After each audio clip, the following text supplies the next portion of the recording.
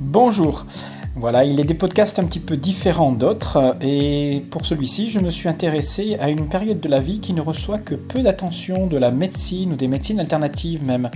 En tant que naturopathe, mais aussi et surtout en tant que fils d'une mère qui est passée par bien sûr la ménopause et avec aussi une femme qui entre doucement dans cette période de préménopause, j'ai pris le temps donc de m'intéresser à cette phase de transition de la vie des femmes qui va de la quarantaine jusqu'à peu près à l'âge de 70 ans pour les derniers symptômes ressentis. Alors mes observations couplées aux travaux scientifiques récents, autour en particulier de l'équilibre hormonal, mais aussi bien au-delà, m'ont amené à une réflexion autour de cette période qui pour une majorité de femmes constitue un véritable tournant majeur dans leur santé, mais santé bien sûr au sens large.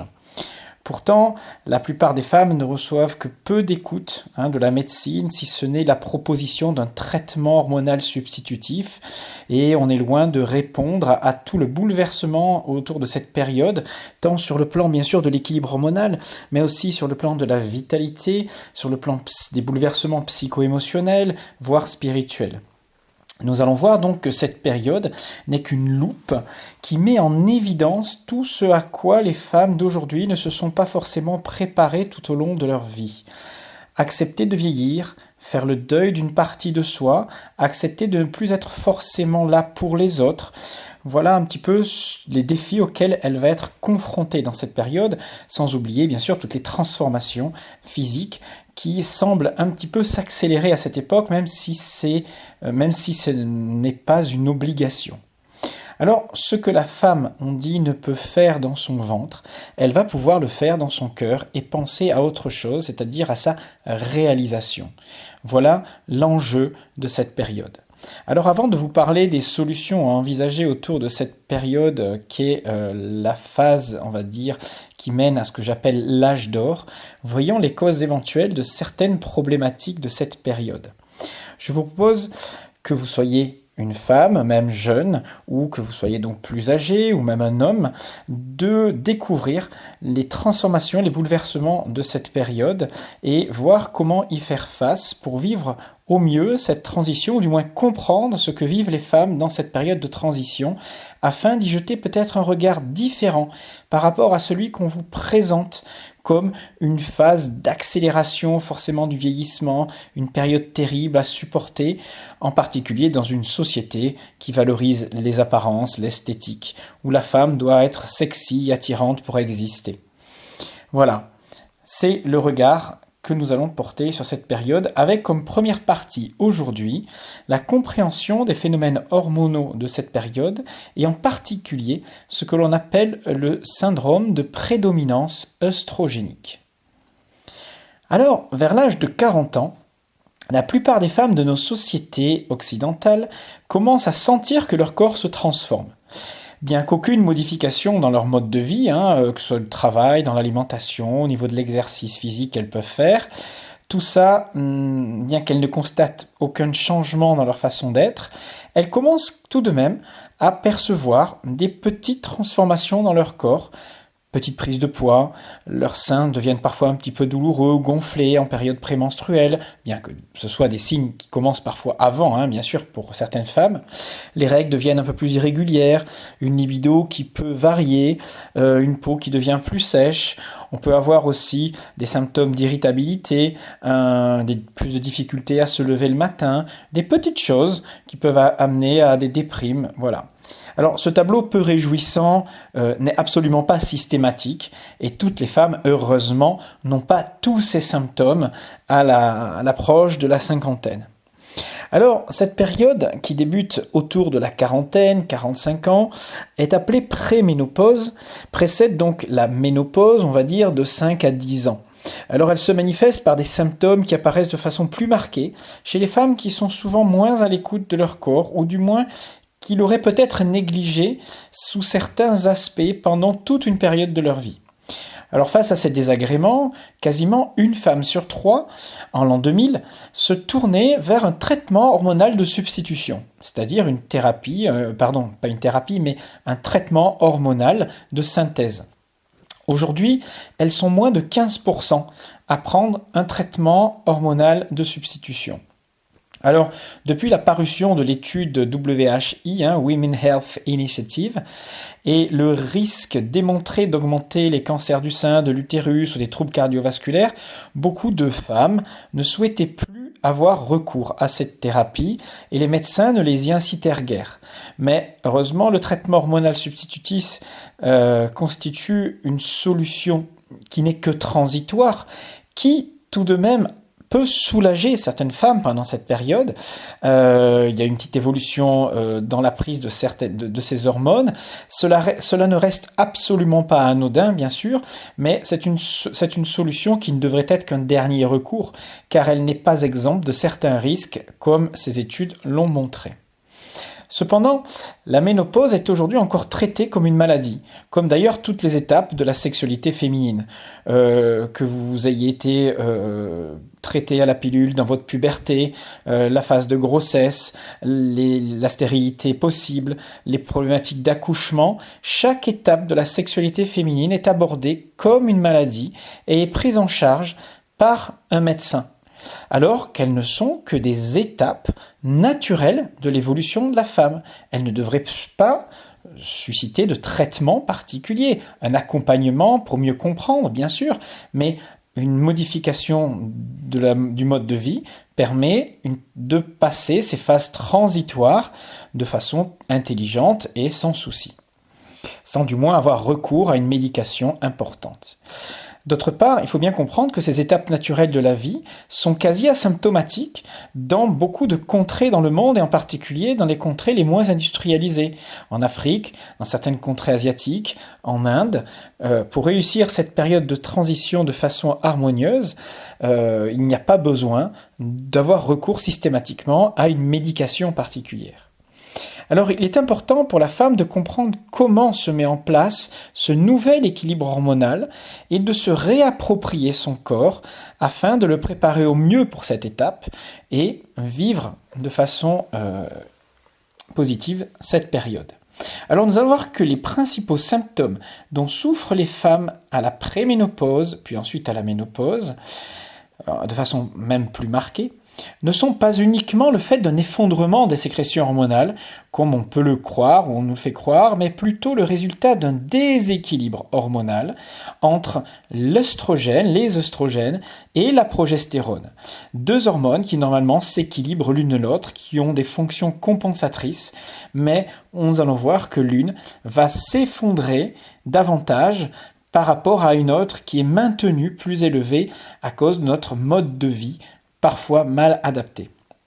Alors, pour illustrer cette approche, cette compréhension, nous nous appuyons en partie sur les travaux du docteur John Lee, que vous retrouverez dans de nombreux de ses ouvrages. Il a écrit des livres sur l'équilibre hormonal et la progestérone naturelle, tout savoir sur la préménopause, l'équilibre hormonal c'est facile, etc.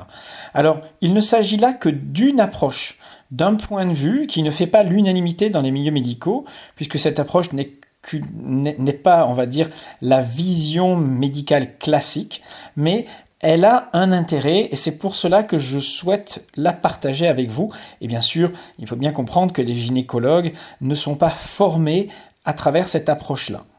Donc, je vous demande de prendre ce qui va suivre comme étant un point de vue et non pas la vérité. Alors, avant de se plonger dans cette approche du docteur John Lee, essayons de comprendre ce qu'est la ménopause. Alors, il est important de différencier ce qu'est vraiment la ménopause par rapport à la perception que nous en avons.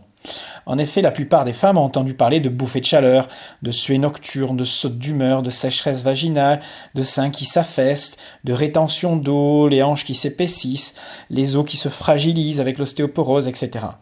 Alors, le tableau paraît vraiment dramatique, mais n'existe-t-il pas des femmes qui passent cette période sans symptômes ou du moins sans détérioration accélérée ? Eh bien oui, on l'a dit, il y a certains pays dans le monde où cette période de la vie n'a même pas de sens, n'a même pas de définition. Alors, on verra, avant de parler de tout cela, nous allons voir que la ménopause signifie l'arrêt définitif des règles. Mais signifie-t-elle arrêt complet des sécrétions hormonales ? Eh bien pas du tout. Quand je parle de sécrétion hormonale, je parle bien sûr d'œstrogène, de progestérone ou de DHEA, des hormones liées à la sexualité. Alors, cette période est précédée d'une autre période de changements hormonaux qui se déroule sur plusieurs années.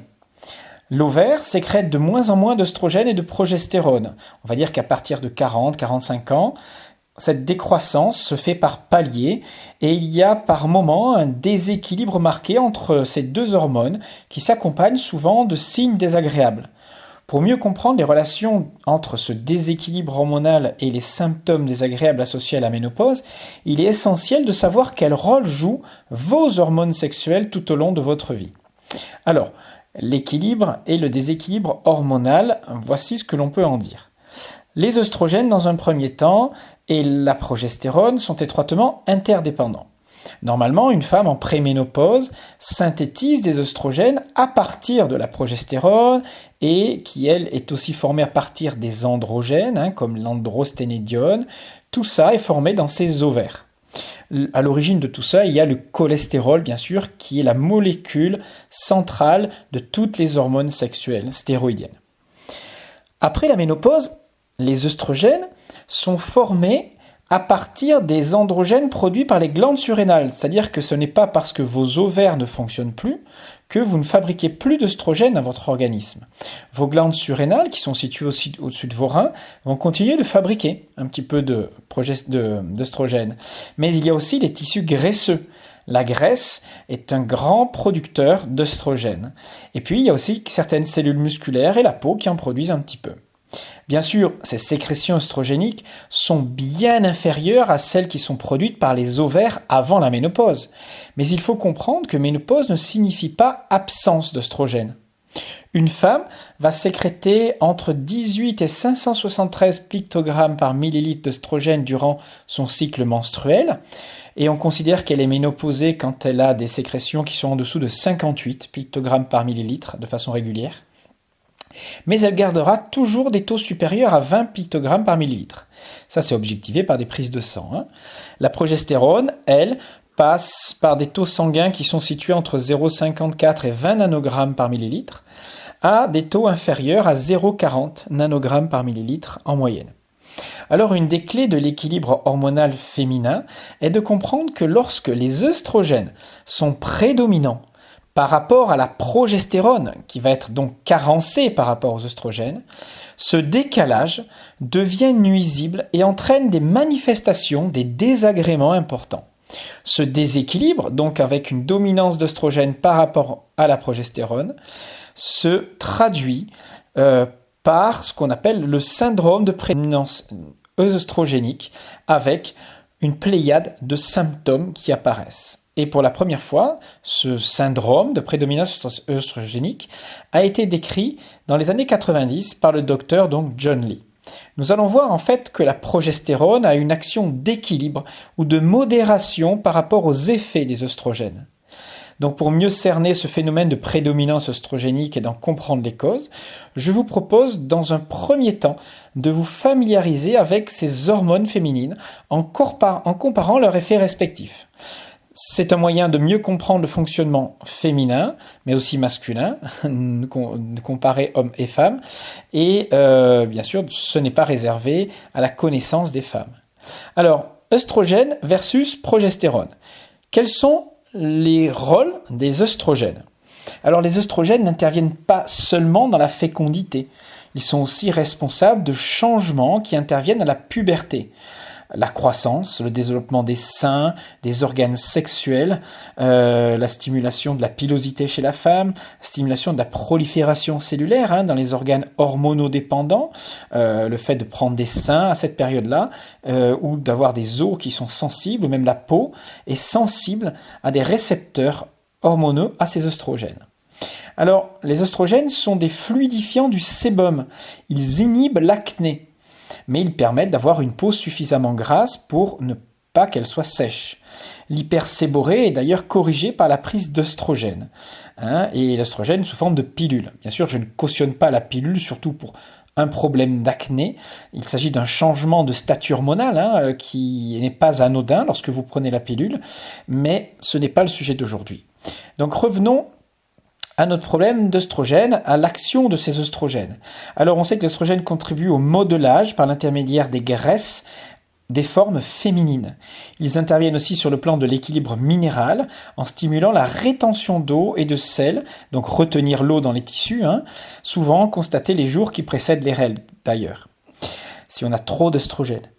Ces derniers phénomènes peuvent paraître négatifs, mais si nous pensons aux œstrogènes en termes de procréation et de survie du fœtus, c'est vraiment l'hormone qui va préparer à la fécondation, ils deviennent un avantage pour que la femme enceinte ait la capacité, même en période de pénurie, de constituer des réserves de graisse pour pouvoir nourrir son enfant. En revanche, pendant les périodes d'abondance alimentaire que nous vivons aujourd'hui, les effets des œstrogènes sont potentiellement préjudiciables. En effet, lorsque les femmes consomment beaucoup plus de calories qu'il n'est nécessaire, la production d'œstrogènes augmente proportionnellement jusqu'à un niveau excessif qui plante le décor de ce fameux syndrome de dominance œstrogénique. C'est ce que nous rappelle le docteur John Lee lorsqu'il affirme qu'aux États-Unis et dans la plupart des pays industriels avancés, je le cite, l'alimentation est riche en graisses animales, sucres, farineux raffinés, aliments transformés, apportant des calories qui dépassent les besoins et entraînent les taux d'œstrogène 2 fois plus élevés que chez les femmes des pays les plus agricoles du tiers-monde. Mais, alors fin de citation, mais normalement, les sécrétions de progestérone devraient contrebalancer naturellement les œstrogènes. Ce n'est plus le cas pour les femmes qui se sont imposées pendant des années un mode de vie qui fait basculer la balance hormonale en faveur des œstrogènes. Alors si on compare l'action des œstrogènes par rapport aux effets de la progestérone, on va s'apercevoir que là où les œstrogènes favorisent la prolifération de l'endomètre, par exemple, donc qui est une partie de l'utérus, on s'aperçoit que la progestérone entretient la phase sécrétoire de l'endomètre. Mais là où la comparaison est intéressante, c'est de comprendre que les œstrogènes stimulent la croissance des seins, alors quand la progestérone va avoir une action plus protectrice contre la fibrose mammaire.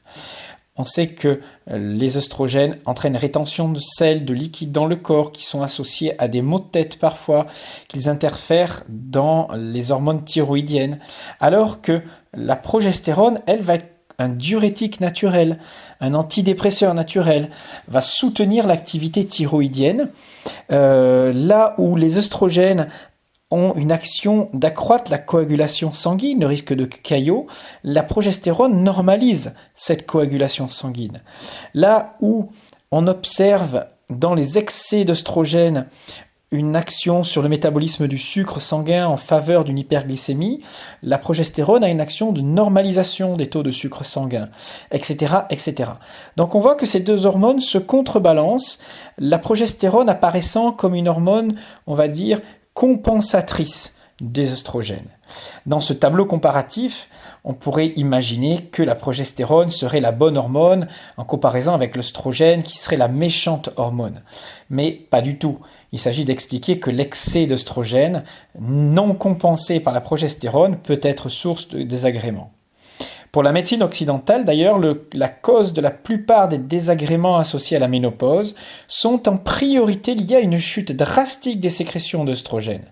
Pourtant, cette hypothèse est largement remise en cause par certains chercheurs endocrinologues, comme le Dr Jerry Pryor, qui explique, alors c'est une citation d'une étude de Jamwa One Voice on Menopause en 1994.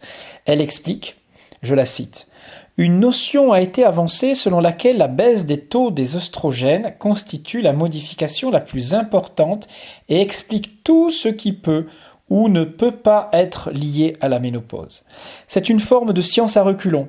Elle nous mène à des idées ridicules comme définir le mal de tête comme une maladie de carence en aspirine. » Alors, dans les années 70-80, un consensus sur la ménopause s'est malgré tout installé et a été relayé par des instances comme la Société des obstétriciens et des gynécologues du Canada, qui estiment que la ménopause est un état de déficience endocrinien qui devrait être géré avec des œstrogènes. Ça a été d'ailleurs le cas dans la grande mode des années 70, où on donnait beaucoup d'œstrogènes, même sous forme de pilules, avec des conséquences qui n'ont pas été que très bonnes. D'ailleurs, la pilule à base d'œstrogène a été retirée vers une pilule plus équilibrée avec un peu de progestérone. Pourtant, des chercheurs comme le docteur Peter Ellison de l'université de Harvard ont étudié des taux d'hormones ovariennes de diverses populations de milieux génétiques, écologiques et culturels différents. Il a fait ces comparaisons, et ce premier, donc ce docteur, Peter Ellison, a découvert que dans les populations occidentales, les taux d'œstrogène préménopausiques, donc dans la période entre 40 et 55 ans, se trouvent à l'extrémité la plus haute de l'échantillon et qu'ils devraient être considérés comme anormaux. Les années 90 ont été au cœur d'un débat qui opposait la vision des partisans de la carence œstrogénique des femmes en postménopause, justifiant donc la prise d'une thérapie hormonale de substitution, et la vision d'autres experts opposés à promouvoir les œstrogènes en traitement, car ils affirmaient, je cite, « Alors que les femmes ménopausées ont un environnement œstrogénique inférieur à celui qui est nécessaire à la reproduction, il semblerait qu'il ne soit pas négligeable ou nul, mais qu'il puisse être suffisant à l'entretien des tissus de soutien. La ménopause pourrait être considérée comme un phénomène physiologique de nature protectrice, prévenant les processus prolifératifs indésirables. » En gros, cela signifie que chez la plupart des femmes ménopausées, le niveau d'œstrogène est bien sûr en dessous de celui qu'on constate pendant la période d'une grossesse, par exemple, de période où on peut avoir un enfant, mais il reste largement suffisant pour assurer les autres fonctions normales de l'organisme, tout en étant largement moins dangereux que si l'on prenait une thérapie hormonale de substitution. Alors, ce syndrome de prédominance œstrogénique, selon le docteur John Lee, il explique qu'il est clair que l'excès d'œstrogène, s'il n'est pas compensé ou rééquilibré par la progestérone, n'est pas quelque chose de souhaitable. En gros, vous comprenez que dans notre société, les femmes préménopausées et surtout en post-ménopause, c'est-à-dire après 50-55 ans, ont une dominante œstrogénique importante par rapport à la progestérone. Et ce syndrome de prédominance œstrogénique se traduit par un ensemble de symptômes qui sont familiers à la plupart des femmes des pays industrialisés. Ils se produisent principalement dans des situations suivantes, où la femme a recours donc à une thérapie de substitution en préménopause, quand on lui fait aussi surtout une hystérectomie, avec un dysfonctionnement des ovaires et leur atrophie, une prise durant des années de contraceptifs, pilules, implants stérilés, vont favoriser cette prédominance œstrogénique. Dans les années 70-80, l'idée que la carence œstrogénique était à l'origine de tous les symptômes de la ménopause conduisit à des prescriptions d'œstrogènes non compensées.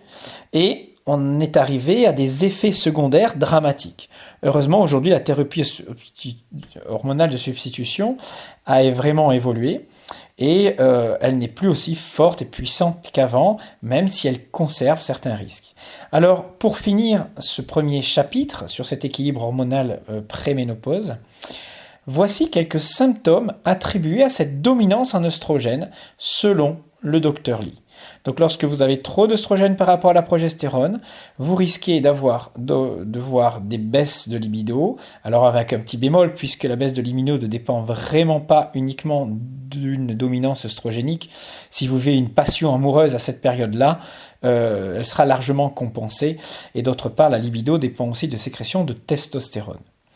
Par contre, d'autres symptômes sont vraiment rapprochés de cette dominance œstrogénique, les seins fibrokystiques, l'irritabilité, les phases de dépression, bien sûr qu'il y a d'autres facteurs qui interviennent, mais ça en fait partie, le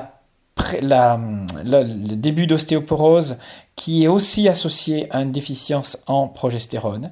Les signes les plus caractéristiques de cette prédominance en œstrogène sont surtout bien sûr la rétention d'eau, les œdèmes, les syndromes congestifs, l'accroissement des graisses, en particulier autour de les hanches, de l'abdomen, des cuisses, donc un gain de poids généralisé avec de la rétention d'eau, des envies irrépressibles de sucreries, et puis les petits syndromes congestifs prémenstruels qu'on peut observer.